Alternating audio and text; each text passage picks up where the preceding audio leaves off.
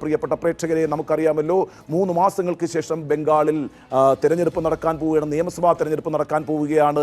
ബങ്കിം ചന്ദ്ര ചാറ്റർജി ഓരോ ബംഗാളിയുടെയും അഭിമാനമാണ്, ബംഗാളി പ്രൈഡാണ്. അപ്പോൾ അദ്ദേഹം എഴുതിയിട്ടുള്ളൊരു ദേശഭക്തി ഗീതത്തെ മുസ്ലിങ്ങളെ പ്രീണിപ്പിക്കുന്നതിന് വേണ്ടിയിട്ട് വെട്ടി വികലമാക്കി എന്ന് പറഞ്ഞാൽ നിശ്ചയമായും ബംഗാളികളുടെ ആത്മാഭിമാനത്തെ അതൊന്ന് പിടിച്ചു കുലുക്കുമെന്ന കാര്യത്തിൽ എന്താ സംശയം? ബംഗാളിൽ ഒരു വലിയ വിഭാഗം എന്ന് പറയുന്നത് മുസ്ലിം ന്യൂനപക്ഷമാണ്. ഏതാണ്ട് ജനസംഖ്യയിൽ 35% കേട്ടോ അവരുടെ സാന്നിധ്യം എന്ന് പറയുന്നത്. അവർക്കെതിരായിട്ട് ഹിന്ദുക്കളെ ഏകീകരിക്കുക എന്നൊരു രാഷ്ട്രീയ തന്ത്രം ഈ വന്ദേ മാതരത്തിൻ്റെ പൂർണ്ണ രൂപം പാടണമെന്ന് പറയുന്നതിലുണ്ട് എന്നുള്ളതാണ് ഏറ്റവും പ്രധാനമായിട്ട് ഉയർന്നു വന്നിരിക്കുന്ന ഒരു ആരോപണം എന്ന് പറയുന്നത്. നമുക്കറിയാമല്ലോ, ബംഗാളിൽ ഇപ്പോൾ ഭരിച്ചുകൊണ്ടിരിക്കുന്നത് മമതാ ബാനർജിയാണ്.